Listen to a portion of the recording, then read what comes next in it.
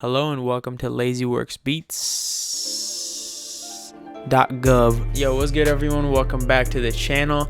It's been a little minute, but we back, and in today's video I'm going to show you guys how to make pirate melodies, like some sea shanty, orchestral, crazy melodies. And as always, before we get started, make sure to go tap in with me on social media at inviral.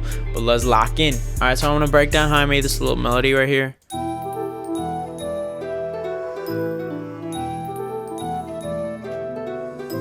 It feels like you're a pirate, on your ship trying to hit a lake on Christopher Columbus, like with your telescope, shit, strapped up. I mean, I literally named it Walk the Plank because, it's just like some pirate vibes. So first I started with this bell pattern from D50, and the cool thing about this preset was that it has like a bass note in the lower register. And then over here, it's more of like a bell with like a flute or something. So I played the simple pattern.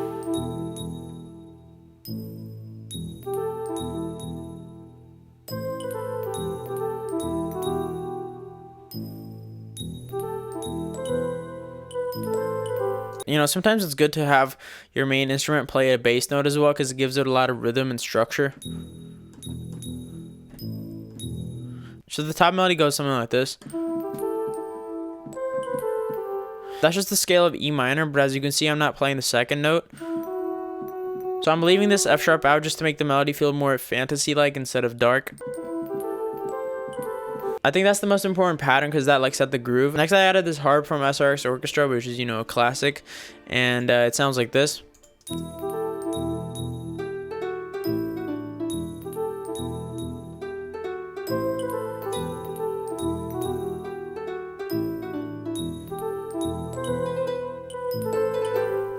If you want to make your melody sound more natural, you got to add like these little inflections. That adds a really human feel, whereas if I remove these little ghost notes, it feels more computerized. So the most important thing about this pattern is that this is like a response to the first pattern. So if you listen to it,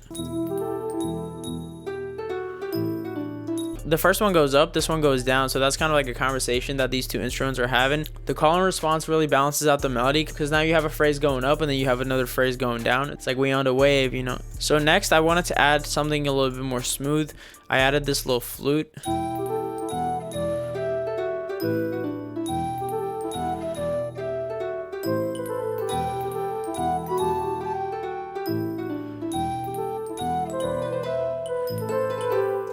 So this pattern also highlights the 7th of the scale, which is D. That adds a lot of flavor to the melody. And as you can see, I added a lot of ghost notes as well, just transition notes. For example, like over here. If I remove this little note over here, the sauce is gone. It just doesn't sound as bouncy. It just makes it sound way more sauced up. The flute really added a cool atmosphere to it.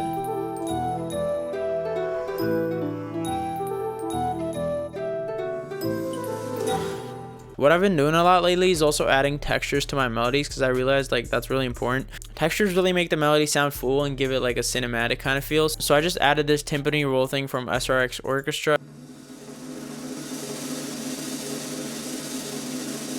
If anyone got 20th Century Fox beat email, let me know. I'm trying to send them a pack. It makes it sound way more dramatic, like. Hey. Without that timpani, there's a little sauce deficiency. The end of the measure is not connected to the beginning of the measure. It's kind of left hanging. Yeah, that makes it go crazy. And then lastly, I added these strings from Contact.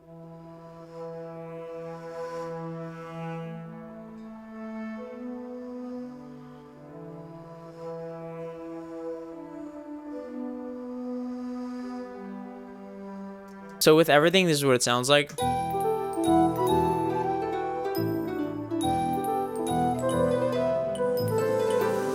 That's not it though. The craziest part of the melody is right here. Lastly, I added this little accordion type of sound. This pattern really solidified that sea shanty pirate vibe, and this is what it sounds like.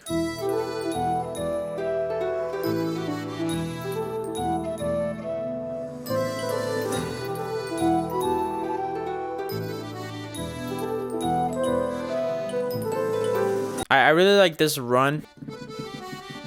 It's really simple. I'm just going down the E minor scale, but instead of sounding really boring, I juice it up to sound like this.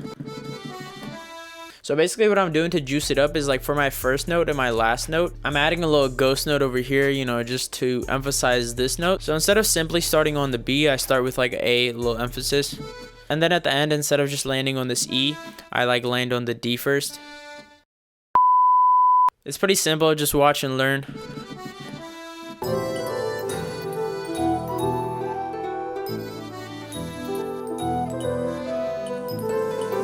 That pattern really makes it go crazy. I really love how that turned out. The rest of it is pretty simple. I just made the melody kind of cut out here and there just to make it a little bit more simple, and then just made different sections with all the different instruments. So finally I rendered it out to audio and pitched it up. And then in the mixer I put halftime on this on a 4th setting just to make it a little bit more chopped up.